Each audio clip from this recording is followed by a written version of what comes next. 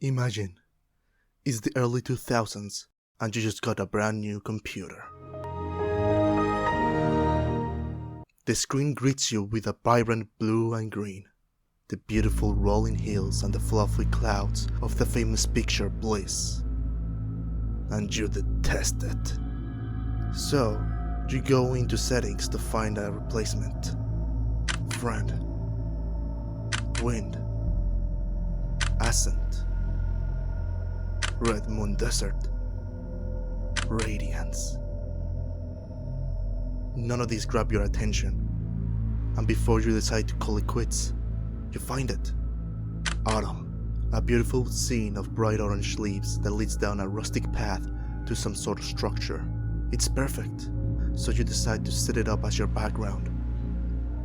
What you don't know is that this picture will entangle you into a sea of madness. Alright. Enough of the creepy vibes. This topic really doesn't grant that amount of seriousness, but it's still an interesting story from the early Web 2.0. First, let's meet our protagonist, the late Nick Toches, who was both a songwriter and an excellent writer. Like, hilarious stuff.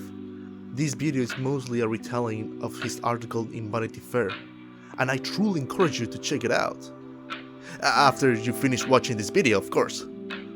And if something could be said about Nick, that was that he was a little bit obsessive. Something that will be clear as the story develops. For months, the picture haunted his mind, and given his long list of accomplishments, he believed he would be able to find the picture rather easily. So he went into the settings to find the properties of the picture, only to find out the weight of it, which was 5 kilobytes. And by trying to find more information through Windows Help and Support Center, the only answer they gave him was, "Check your spelling." Odd. And Nick thought so too. Remember when I told you that Nick was a little bit obsessive? Well, the mystery of it all changed his desire to know where the location of the picture was to actually be there.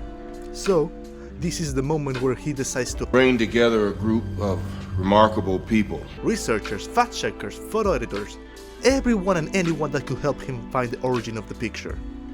And of course, the team's name was...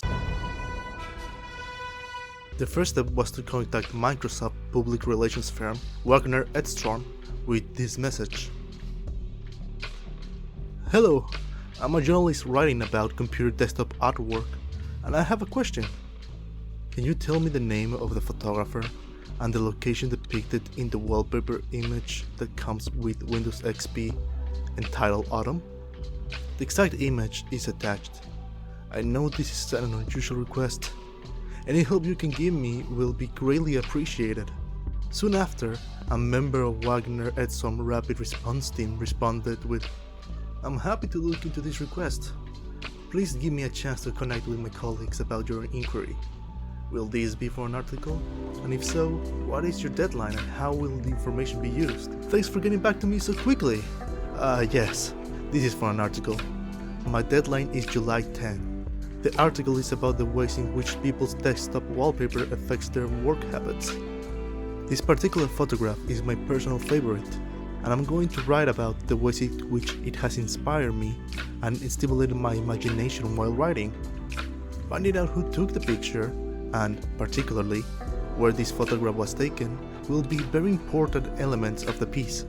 I will, of course, acknowledge your assistance on Microsoft's behalf and will send tear sheets upon publication. Thanks again. Hi, I'm following up per your last email and have contacted with colleagues concerning your request.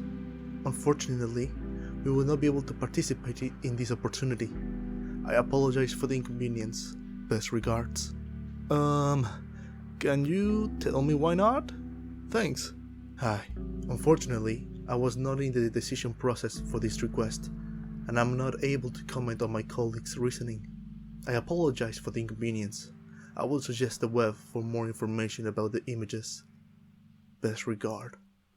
This weird exchange was a major hit to the... and the remaining members were starting to come to desperate conclusions, like this one. See here? This is a fence. Therefore, it must be used to keep horses in. And therefore, the picture must be from Vermont.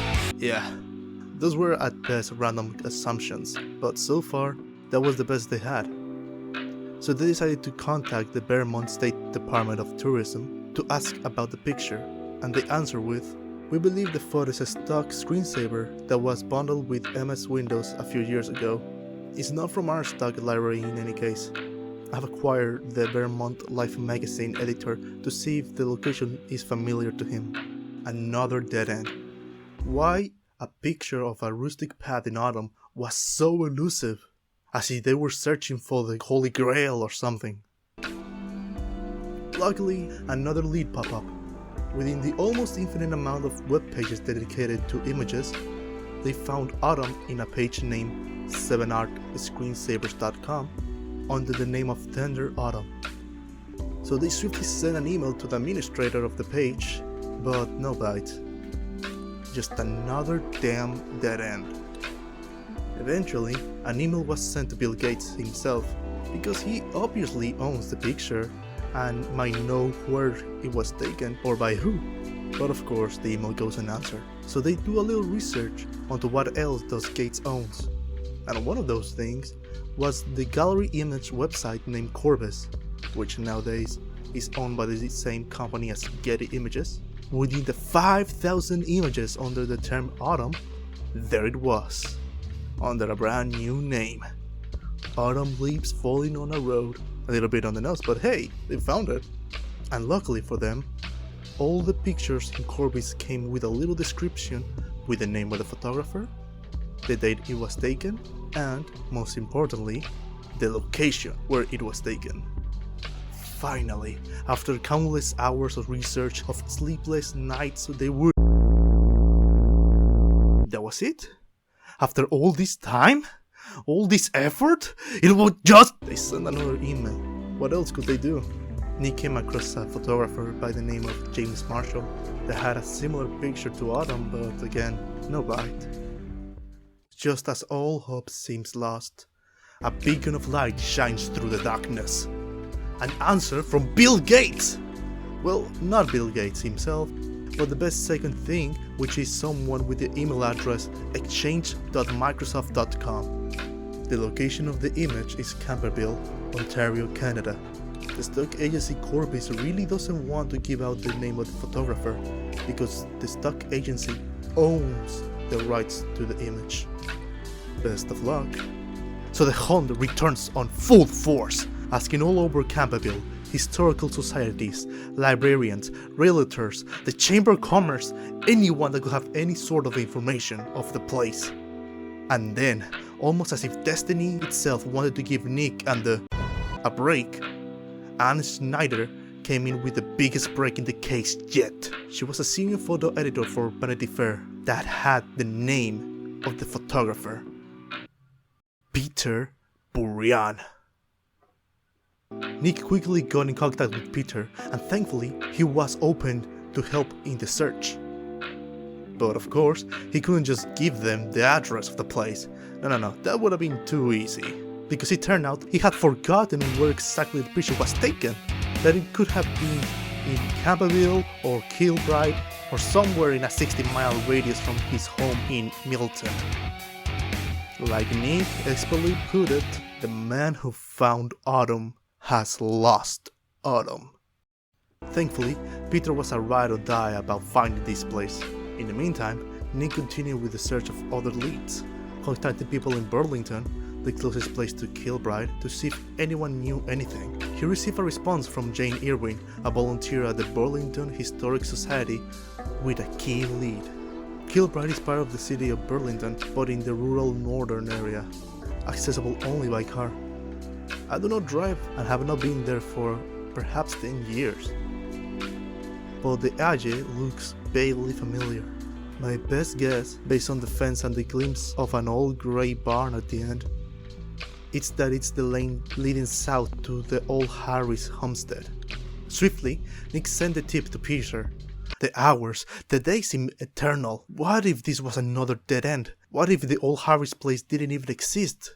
Or worse yet, What if it did exist, but it had been knocked down? What if?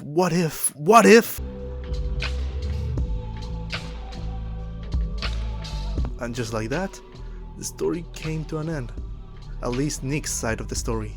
Because from Peter's side, the article gave him a little bit of a boom, making $800 out of licenses bought for Autumn, and finding the short time in the spotlight fun. And for us? Well, in the year 2022, there was a fundraise to purchase the full license for the picture, and now you can find it in HD in the description below. Oof, that was a little bit of a roller coaster, huh? I hope you enjoyed the video, and if you did, a like and a subscribe will be greatly appreciated. Have a great rest of your day. Sayonara.